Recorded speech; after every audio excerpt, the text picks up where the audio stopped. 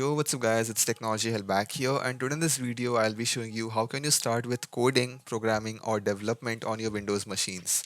So for that, the first step is to select an integrated development environment, an IDE, which is basically our VS Code. So for that, the first step is to download the VS Code installer. Simply search up for VS Code, you'll get the website code.visualstudio.com. Go to download for Windows, and with that you'll be given this particular setup. Once downloaded, simply run the setup, agree the agreements. Next, let everything be on defaults, don't tinker with anything. And as soon as the installation is complete, click finish and launch VS Code. As soon as code opens, you will get this sort of an environment. This is basically your landing page. This is the welcome page on startup. From here, you can create new files, you can open folders, you can create workspaces, and a lot more. This is your home page. On the left, you have your folder tree. Then you have the search section where you can search for files among your folder. You can do source control by connecting it to your Git.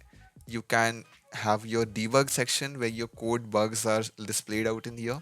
And the last one is extensions, where you get a bunch of extensions to download from. These are again built by developers and open source workers. You can download and make use of it for free of cost. So now the first step is to create or open a folder where you'll be working on. So for that, just go to the open folder section. Now let's get a new folder created up for our VS Code usage. Open the folder and from bottom right select folder. You can see that the folder has been added on the topmost section of the tree. Now over here you can create new files from this button. You can create new folders using this. This is for refresh and this is for collapsing all the folders over here. So for now we have done the folder creation. Next is creating a file. So just go to new file. Let's name it as file1.java. So now I have put in the extension as Java, and on the bottom right you can see that it says, do you want to install recommended extension pack for Java? So basically whichever language you want to develop in, whether it be Python, C, C++, Java or whichever, you can only create their files in VS Code, you can execute their files. But VS Code is just for editing and development, it is not the compiler. So yes, whichever language you want to develop on, you have to install their compilers separately. That will be a complete different video. So yes, that's all for this one. VS Code has been installed. You can create files from this button. You can also create folders, suppose sources. Now inside this folder, you can have your f1.py. Over here, you can also have g1.c. You can also have g1.cpp, which is a C++ file.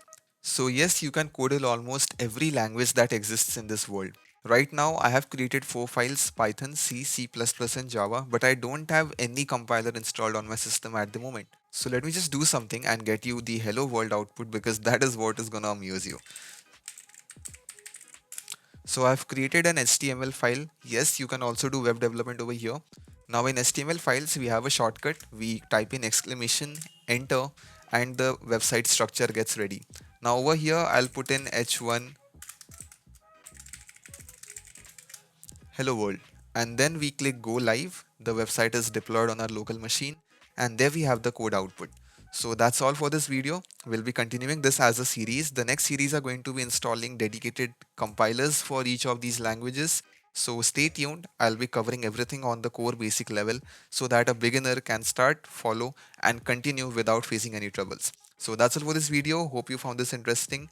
For any queries, comment down. For any demands, put it there as well. I'll try to make a video on that as well.